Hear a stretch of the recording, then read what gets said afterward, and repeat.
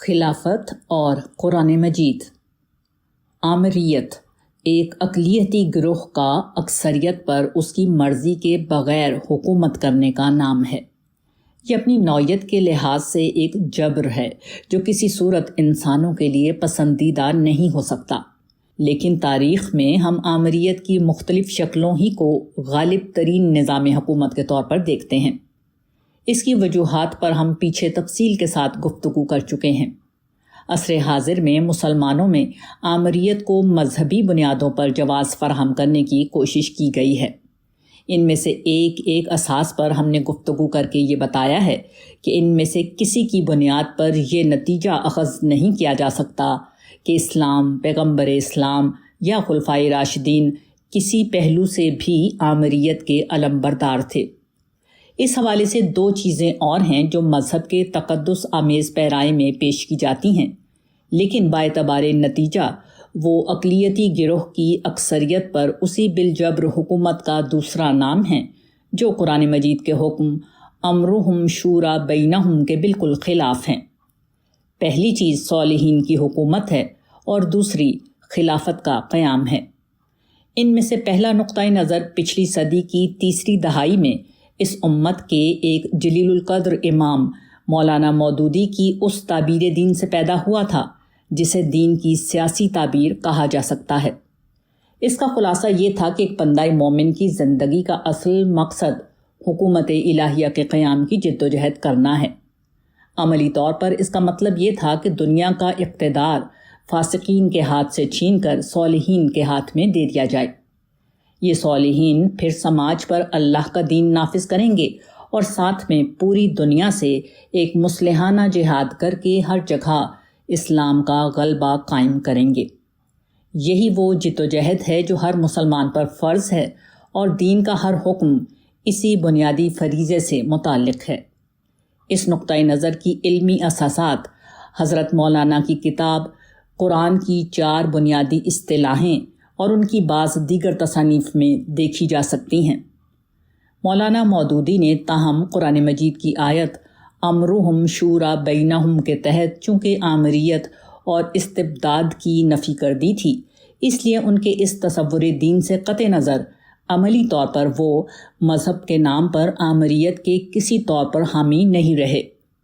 یہ بحث بس تصور دین کی ایک بحث رہ گئی ہے جس میں لوگ مولانا کے نقطۂ نظر کو ان کی کتب میں دیکھ سکتے ہیں، اور اس تصور پر تنقید کے لیے مولانا وحید الدین خان صاحب کی کتاب تعبیر کی غلطی اور مولانا ابو الحسن علی ندوی صاحب کی عصر حاضر میں دین کی تفہیم و تشریح کا مطالعہ کر سکتے ہیں۔ ہماری بحث چونکہ آمریت کی نفی تک محدود ہے، اس لیے ہم اس تصور دین پر یہاں کوئی گفتگو نہیں کریں گے۔ خلافت اور قرآن مجید۔ البتہ دوسرے تصور یعنی خلافت کے قیام کے مؤیدین اس تصور دین کو پورے طور پر اختیار کرتے ہیں اور اس کے عملی نفاذ کے لیے غیر جمہوری راستے جیسے مسلح جدوجہد، سازش کر کے حکومت کا تختہ الٹ کر اقتدار پر قبضہ کرنا اور غیر مسلح مزاحمت سے اقتدار پر قبضہ جیسے وہ راستے تجویز کرتے ہیں جن کا لازمی نتیجہ ایک محدود اقلیت کی اکثریت پر حکمرانی ہے۔ قرآن مجید کی سورہ شورا کی آیت امرہم شورا بینہم پر تفصیلی گفتگو کر کے ہم یہ بتا چکے ہیں کہ حکومت قائم کرنے کا ایسا ہر راستہ غیر مطلوب ہے۔ تاہم بات چونکہ خلافت کی ہوتی ہے اور یہ تصور اور لفظ قرآن مجید کے لیے ہرگز اجنبی نہیں ہے، اس لیے ہم قرآن مجید کا نقطۂ نظر بیان کر کے یہ واضح کر دیں گے کہ قرآن مجید ایسے کسی نقطۂ نظر کی کسی طور تائید نہیں کرتا ہے۔ ذیل میں قرآن مجید میں خلافت کے موضوع کو زیر بحث لانے والی تمام آیات کا ترجمہ نقل کیا جا رہا ہے۔ اس میں لفظ خلیفہ کو بعینی ہی بغیر کسی ترجمے کے نقل کیا ہے۔ اس کا جو دل چاہے آپ ترجمہ کر لیں، نتائج فکر کسی طور مختلف نہیں ہو سکتے۔ وہ نتائج کیا ہیں ملاحظہ فرمائیے۔ پہلا یہ کہ اللہ تعالیٰ ان میں سے کسی مقام پر بھی مجھ سے، آپ سے یا کسی سے بھی یہ نہیں کہہ رہے کہ تم خلافت قائم کرنے کی جدوجہد کرو، یا یہ کوئی دینی کام ہے، یا یہ کہ یہ سرے سے کوئی کرنے کا کام ہے۔ ظاہر ہے کہ اگر کوئی چیز دین کا مطالبہ یا دین کا مقصد ہے تو اس کا حکم دیا جانا تو ضروری ہے نا۔ اس کے بغیر اس کام کے لیے لوگوں کو کس بنیاد پر اٹھایا جا سکتا ہے؟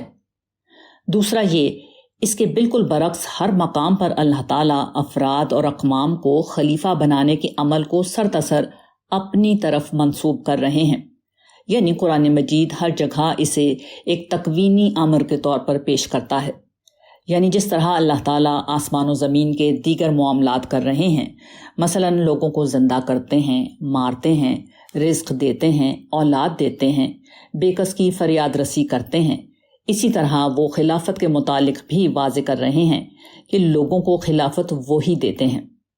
سوال یہ ہے کہ جس معاملے کو اللہ تعالیٰ ایک تکوینی یعنی اللہ کی قدرت سے متعلق معاملہ قرار دے رہے ہیں، اس کو تشریعی یعنی شریعت کے حکم سے متعلق معاملہ کیسے بنایا جا سکتا ہے؟ جو اللہ کے کرنے کا کام ہے وہ ایک دینی فریضہ کیسے بن سکتا ہے؟ تیسرے یہ کہ کئی مقامات پر یہ صراحت کی گئی ہے کہ کفار کو بھی زمین پر خلیفہ بنایا گیا ہے۔ کفار قریش، قوم نوح، قوم عاد، قوم سمود، سب کے متعلق یہ تصریح ہے کہ ان کو زمین پر خلیفہ بنایا گیا۔ سوال یہ ہے کہ اگر ان کفار کو بھی خلیفہ بنایا گیا تو اس معاملے کو مسلمانوں کے ساتھ کیسے خاص کیا جا سکتا ہے؟ چوتھی بات یہ ہے کہ جس جگہ پر مسلمانوں کو خلیفہ بنانے کا ذکر ہے وہاں اسے مسلمانوں کے کسی مقصد کے طور پر بیان نہیں کیا گیا، بلکہ یہ اللہ کے وعدے کا بیان ہے کہ جو لوگ ایمان و عمل صالح کی شرط پر پورا اتریں گے یہ ان سے اللہ کا وعدہ ہے۔ سوال یہ ہے کہ امر موعود کو امر مقصود کیسے بنایا جا سکتا ہے؟ یعنی جو اللہ کا وعدہ ہے وہ اللہ پورا کریں گے۔ ہمیں تو جو کام بتایا گیا ہے یعنی ایمان اور عمل صالح، ہمیں تو لوگوں کو اس کے لیے اٹھانا چاہیے، نہ کہ خلافت کے کسی نظریے کو مقصود دین کے طور پر پیش کرنے لگے۔ پانچویں اور آخری بات یہ ہے کہ یہ کسی فقہی امر کو متعین کرنے کا معاملہ نہیں جس میں فقہا کے اقوال نقل کر کے قوم کو اس کے پیچھے دوڑا دیا جائے۔ یہ دین کے نصب العین کا معاملہ ہے، یہ ایک دینی فریضے کا معاملہ ہے۔ اس پر قرآن مجید کی واضح ترین صراحت چاہیے۔ ہم یہ بتا چکے ہیں کہ نہ صرف قرآن مجید اسے کسی دینی فریضے کے طور پر بیان نہیں کرتا بلکہ ہر پہلو سے اس کے متضاد بات کرتا ہے۔ ایسے میں ہماری ناقص رائے میں قرآن مجید اس نقطۂ نظر کے بالکل خلاف کھڑا ہوا ہے۔ اب ذرا آیات الہی کا مطالعہ فرما لیجیے۔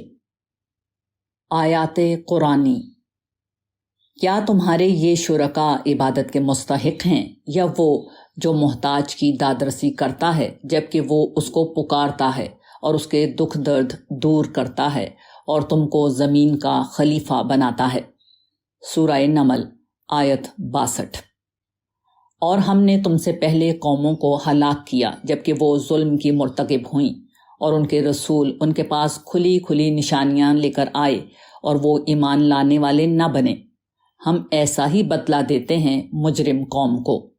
پھر ہم نے ان کے بعد تم کو زمین کا خلیفہ بنایا تاکہ دیکھیں کہ تم کیسا عمل کرتے ہو۔ سورہ یونس آیات 13-14۔ وہی ہے جس نے تم کو زمین میں خلیفہ بنایا، تو جو کفر کرے گا اس کے کفر کا وبال اسی پر آئے گا، اور کافروں کے لیے ان کا کفر ان کے رب کے نزدیک اس سے غضب کی زیادتی ہی کا موجب ہوگا، اور کافروں کے لیے ان کا کفر ان کے خسارے ہی میں اضافہ کرے گا۔ سورہ فاطر آیت 39۔ حضرت ہود نے اپنی قوم عاد سے کہا، اور یاد کرو جب کہ اس نے تمہیں قوم نوح کے بعد خلیفہ بنایا اور جسمانی اعتبار سے تمہیں وسعت اور کشادگی عطا فرمائی، تو اللہ کی شانوں کو یاد رکھو تاکہ تم فلاح پاؤ۔ سورہ اعراف آیت 69۔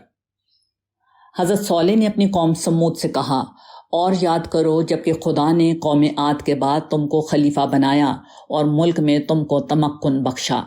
تم اس کے میدانوں میں محل تعمیر کرتے اور پہاڑوں کو تراش کر گھر بناتے ہو، تو اللہ کی شانوں کو یاد کرو اور ملک میں ادھم مچاتے نہ پھرو۔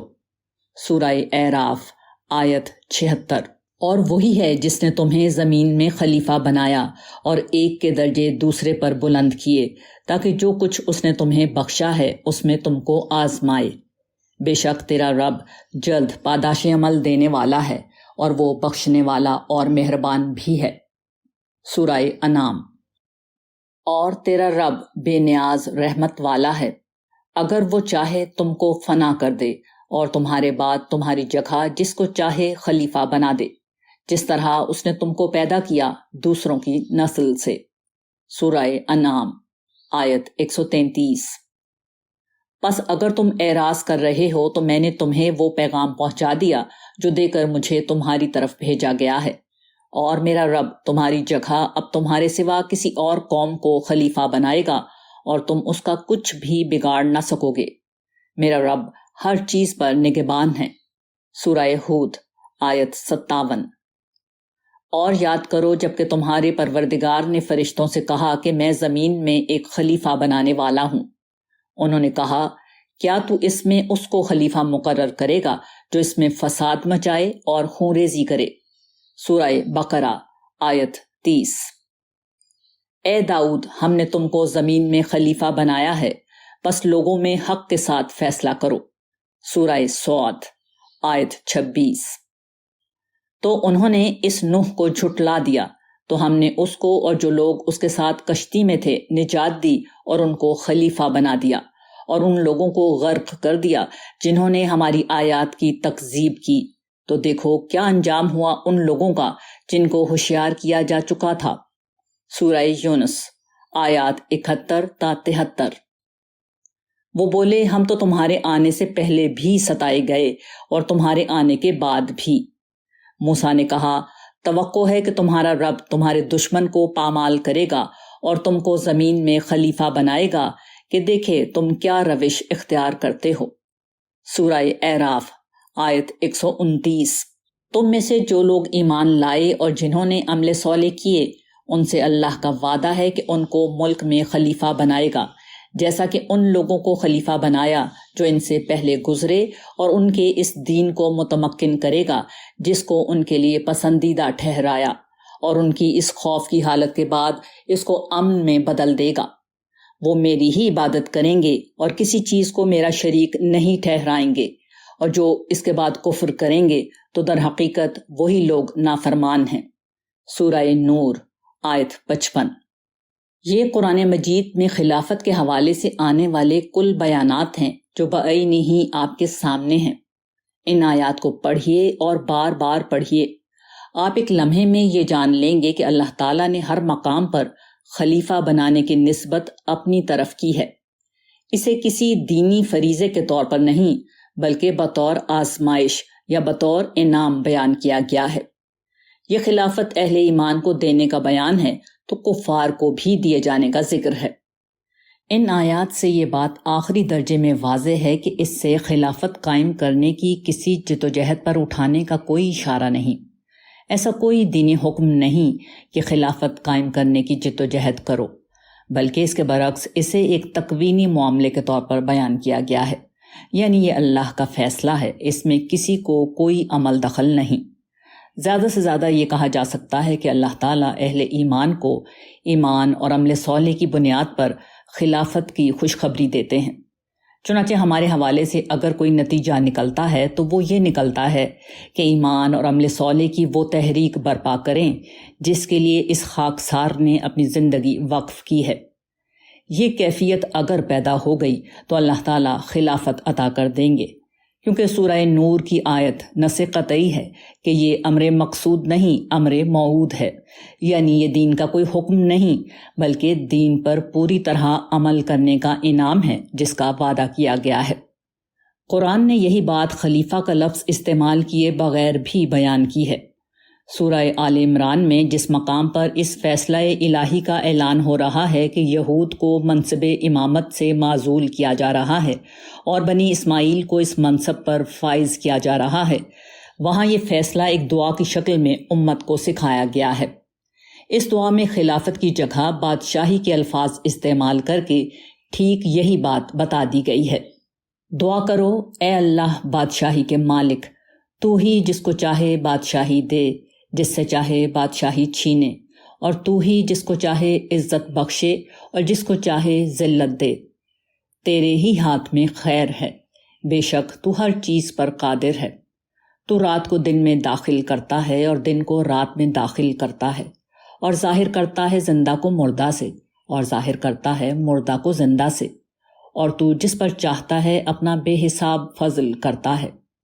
سورہ آل عمران آیات 26 تا 27۔ دیکھ لیجئے کہ یہاں بھی بادشاہی دینے اور لینے کو ایک تکوینی معاملے یعنی فیصلہ الہی کے طور پر بیان کیا گیا ہے۔ اہل ایمان کو اس مقصد کے لیے کسی جدوجہد کا حکم نہیں دیا گیا، بلکہ اسے دیگر تکوینی معاملات کے ساتھ بطور قدرت الہی کے بیان کیا گیا ہے۔ اس لیے کسی قسم کی سیاسی جدوجہد کر کے حکومت قائم کرنا کس طرح دین کا کوئی مطالبہ بن سکتا ہے؟ ایک دوسری جگہ خلافت کا ایک دوسرا ہم معنی لفظ یعنی تمکن فی الارض یا زمین پر اقتدار بخشنا کے الفاظ سے یہ بتایا گیا ہے کہ یہ اللہ کا کام ہے کہ وہ اقتدار دے۔ یہ لوگ ہیں کہ اگر ہم ان کو سرزمین میں اقتدار بخشیں گے تو وہ نماز کا اہتمام کریں گے، زکوٰۃ ادا کریں گے، معروف کا حکم دیں گے اور منکر سے روکیں گے، اور انجام کار کا معاملہ اللہ ہی کے اختیار میں ہے۔ سورہ حج آیت 41۔ یہ ہے اس معاملے میں قرآن مجید کا نقطۂ نظر جو ہم نے آپ کے سامنے رکھ دیا ہے۔ ہمارا مقصود کسی کو فکری شکست دینا نہیں، اللہ کی مرضی کو کھول کر بیان کرنا ہے، تاکہ کل قیامت کے دن لوگ یہ نہ کہہ سکیں کہ پروردگار کسی نے آپ کی بات سمجھائی ہی نہیں۔ ہمیں کسی بحث میں نہیں الجھنا، صرف لوگوں سے یہ گواہی چاہیے کہ ہم نے اپنے رب کی بات بعینی ہی ان کے سامنے رکھ دی ہے، اور اب جس کا دل چاہے وہ مانے اور جس کا دل نہ چاہے نہ مانے۔